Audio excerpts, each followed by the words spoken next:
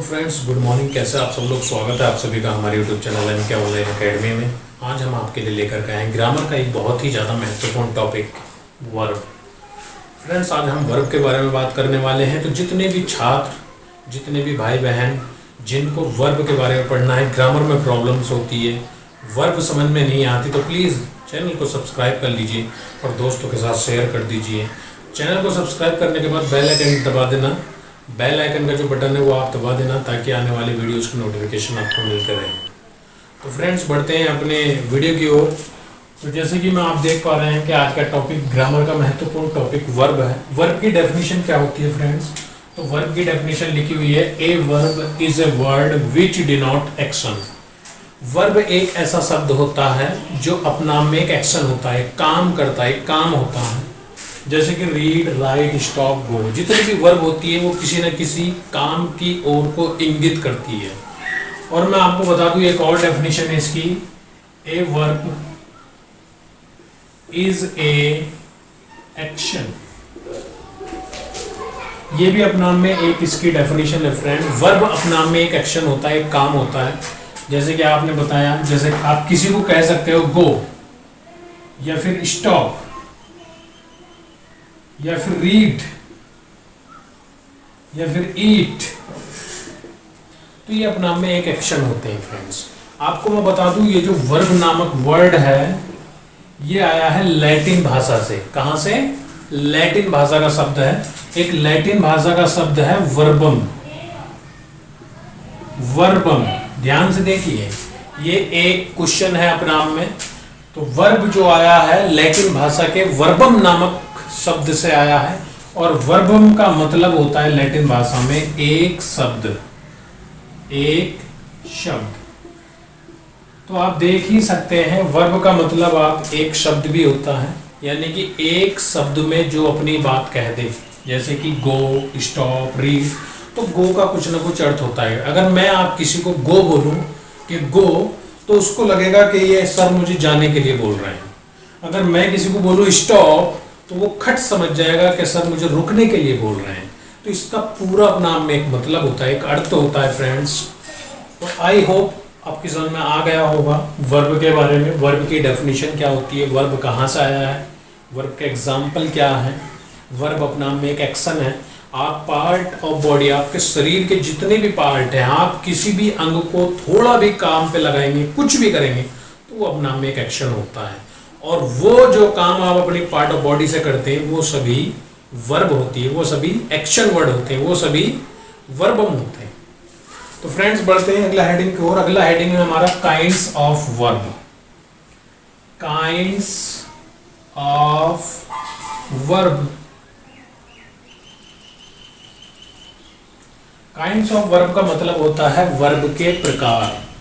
तो वर्ब आपने पढ़ी होगी, कुछ बच्चों को मालूम भी होगा, वर्ब के 4 प्रकार होते हैं फ्रेंड्स। कितने प्रकार होते हैं? 4 प्रकार। अब वो 4 प्रकार कौन कौन से हैं वो देख लीजिए। सबसे पहला होता है ट्रांजिटिव वर्ब। Transitive verb. दूसरा होता है फ्रेंड्स इसका just opposite, intransitive. Intransitive verb.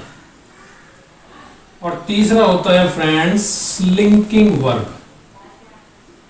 Linking verb. और चौथा होता है फ्रेंड्स ऑक्सिलरी। ऑक्सिलरी, या इसको हम हेल्पिंग वर्ब भी बोलते हैं। Helping verb. ये 4 प्रकार की वर्ब होती है फ्रेंड्स। इनके नाम आप अपने नोटबुक में नोट कर लीजिए। 4 प्रकार की वर्ब कौन कौन सी हैं, बहुत ध्यान से आपको देखनी है। Transitive verb, intransitive verb, linking verb, auxiliary या हेल्पिंग वर्ब। नाम याद होने चाहिए। जब आपके इनके नाम याद होंगे तभी आप इनसे निकलने वाले एक्शंस को समझ पाएंगे। तो सबसे पहला मकसद आपका होना चाहिए वर्ब के नेम याद करना। ये जो वर्ब के काइंड है इनके नाम याद होने चाहिए, ट्रांजिटिव, इंट्रांजिटिव। ट्रांजिटिव को फ्रेंड्स हिंदी में बोलते हैं अकर्मक। सकर्मक, सॉरी सकर्मक, सकर्मक क्रिया। इंट्रांजिटिव को बोलते हैं अकर्मक क्रिया। तो फ्रेंड्स, अब मैं आपको आपके सामने एक एक वर्ब को एक्सप्लेन करूंगा, तो बने रहिएगा आप हमारे वीडियो में हमारे साथ। चैनल को सब्सक्राइब कर लीजिए और दोस्तों के साथ जरूर शेयर करिए ताकि सभी को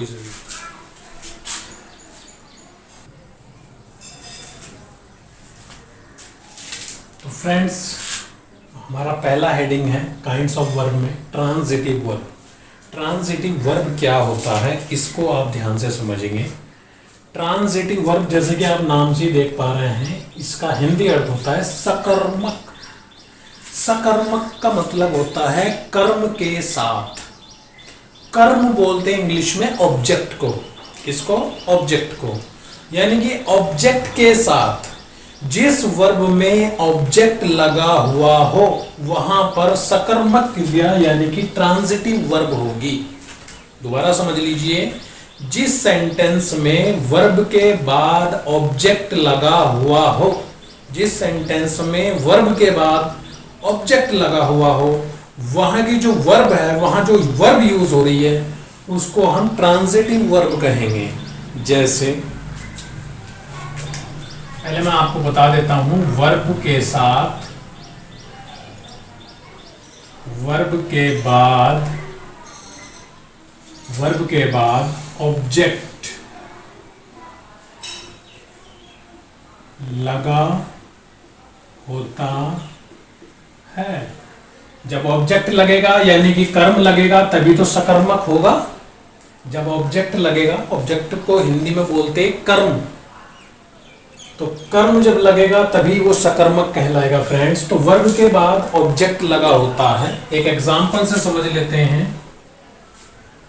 Gita writes a letter. Friends, इस वाक्य में जो हमारी वर्ब आई राइट्स, इसके बाद एक ऑब्जेक्ट लगा हुआ होता है। ऑब्जेक्ट लगा हुआ है लेटर, तो लेटर जो आया हमारा एक ऑब्जेक्ट है और इसके साथ जो वर्ब यूज हो रही है राइट्स, वो हमारी ट्रांजिटिव वर्ब है। आप समझ जाइएंगे, जिस वाक्य में ऑब्जेक्ट लगा हुआ हो, ऑब्जेक्ट से पहले जो भी मेन वर्ब आएगी वो हमारी ट्रांजिटिव वर्ब होगी। इसका पता करने के लिए फ्रेंड्स, वाट सेंटेंस में वाट का प्रयोग करेंगे, यानी कि गीता क्या लिखती है। वाट मतलब क्या, गीता क्या लिखती है। तो जब आंसर आएगा गीता लेटर लिखती है, पत्र लिखती है, तो यहां पर क्या से भी आप ऑब्जेक्ट का पता कर सकते हैं। और जिस सेंटेंस में ऑब्जेक्ट लगा हुआ होगा उसकी जो मेन वर्ब होगी वो हमारी ट्रांजिटिव वर्ब होगी। आई होप आपके समझ में आ गया होगा। आप नोट्स बना लीजिए प्लीज। बढ़ते हैं अगली वर्ब की ओर फ्रेंड्स। अगली वर्ब है हमारी intransitive. Intransitive verb. Intransitive verb की हिंदी होती है अकर्मक। अकर्मक क्रिया। अकर्मक क्रिया। अकर्मक क्रिया का मतलब होता है कर्म के बिना। अब जब कर्म के बिना, तो आप समझ गए होंगे, कर्म के बिना यानी कि ऑब्जेक्ट के बिना। तो जिस सेंटेंस में, जिस वाक्य में ऑब्जेक्ट ना हो, वहां पर जो वर्ब यूज होगी वो इंट्रांजिटिव होगी। तो हम यहां पर लिख देते हैं, वर्ब के बाद ऑब्जेक्ट नहीं होता।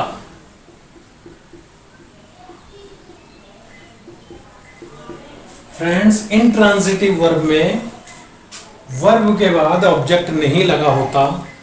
तो एक एग्जांपल से समझ लेते हैं। एग्जांपल है गीता राइट्स। गीता लिखती है। अब क्या लिखती है पता नहीं है, ऑब्जेक्ट नहीं है यहाँ पर। मे भी हो सकता है पुस्तक लिखती है, पत्र लिखती है, या फिर क्या लिखती है, आई डोंट नो। तो यहाँ पर हमें ऑब्जेक्ट क्लियर नहीं है, तो यहाँ पर जो वर्ब यूज हो रही है उसको हम इंट्रांजिटिव की कैटेगरी में रखेंगे फ्रेंड्स। एक और एग्जांपल ले लेते हैं, the child weeps. The child weeps. अब सेंटेंस कंप्लीट है, बच्चा रोता है, बच्चा रोता है। अब यहाँ पर कोई भी ऑब्जेक्ट नहीं है, वीप्स के बाद कोई भी ऑब्जेक्ट नहीं लगा हुआ है, तो इसलिए जो वर्ब यूज हो रही है वो हमारी इंट्रांजिटिव होगी। बढ़ते हैं अगले काइंड की ओर। Friend, third kind of verb है लिंकिंग वर्ब। लिंकिंग वर्ब की कोई जो हिंदी होती है वो होती है संयोजक क्रिया। संयोजक का मतलब होता है, लिंक का मतलब होता है फ्रेंड्स, ये दो रास्ते हैं, अगर मैं इसको किसी पुल के द्वारा लिंक कर दूं आपस में तो वो आपस में लिंक हो जाएंगे। तो लिंक का मतलब होता है दो चीजों को आपस में लिंक करना। संयोजक का भी यही अर्थ होता है, किन्हीं दो चीजों को संयोजित करना। अब मैं आपको बताना चाहता हूं लिंकिंग वर्ब के बारे में। इसमें क्या होता है ना, इसमें फ्रेंड्स सब्जेक्ट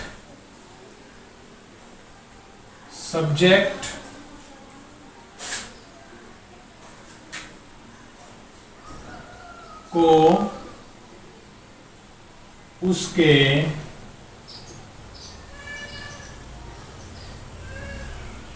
कॉम्प्लीमेंट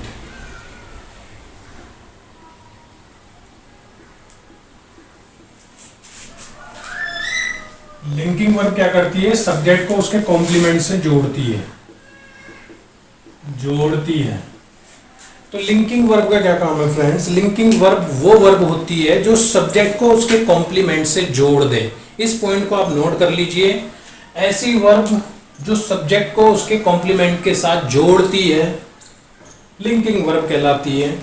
जितनी भी बी की फॉर्म है वो सब लिंकिंग वर्ब में आएंगी। जैसे कि बी की फॉर्म कौन कौन सी होती है friends, is, am, are, was, were, has, have, वगैरह वगैरह वगैरह।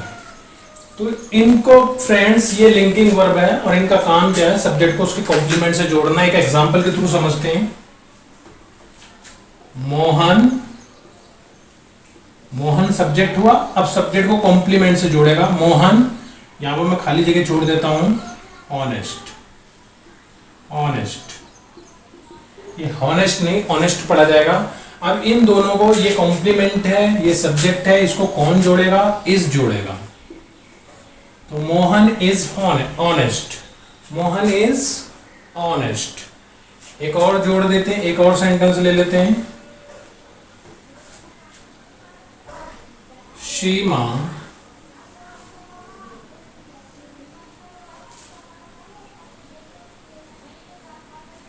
ब्यूटीफुल। फ्रेंड्स ये कॉम्प्लीमेंट है सीमा का और इसको कौन जोड़ेगा, इज जोड़ेगा। इसी प्रकार दे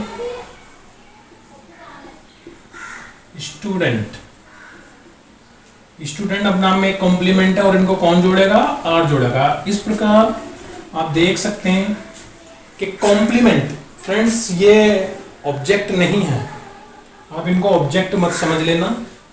ऑब्जेक्ट में नाउन होता है, आपको मालूम ही है। ये अपने नाम में आप कह सकते हैं कॉम्प्लीमेंट है। कॉम्प्लीमेंट वो होता है जो नाउन की, जो दिए गए नाउन की विशेषता बताता है।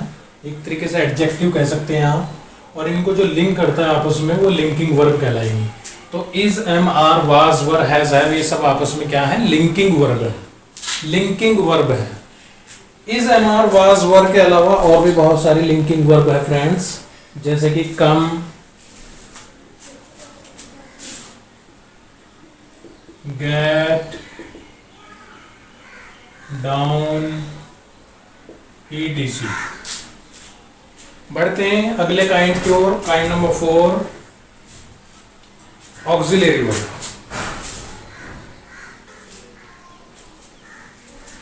फ्रेंड्स अगला काइंड ऑफ वर्ब है हमारा ऑक्सिलरी वर्ब। इनको हेल्पिंग वर्ब यानी कि सहायक क्रिया भी कहा जाता है। जैसे कि नाम से ही मालूम पड़ रहा है सहायक क्रिया, जो सेंटेंस को के मेन वर्ब को कंप्लीट कराने में हेल्प करे वो और ही होती है हमारी हेल्पिंग वर्ब। जैसे कि मैं आपके सामने लिख देता हूं, आप नोट कर लीजिए। मेन वर्ब की सहायता करने वाली verb helping verb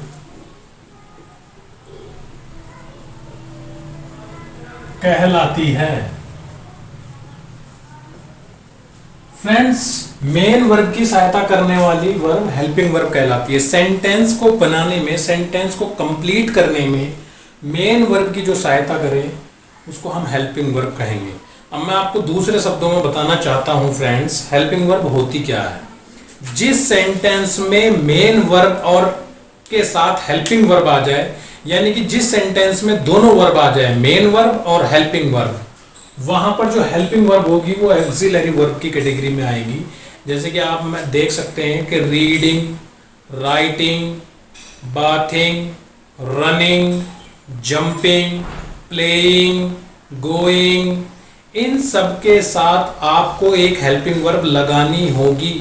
is, am, are, was, were, मैं यहां पर लिख देता हूं हेल्पिंग वर्ब। हेल्पिंग वर्ब कौन कौन सी होगी? Is, am, are, was, were, has, have, had, will, shall, would, should,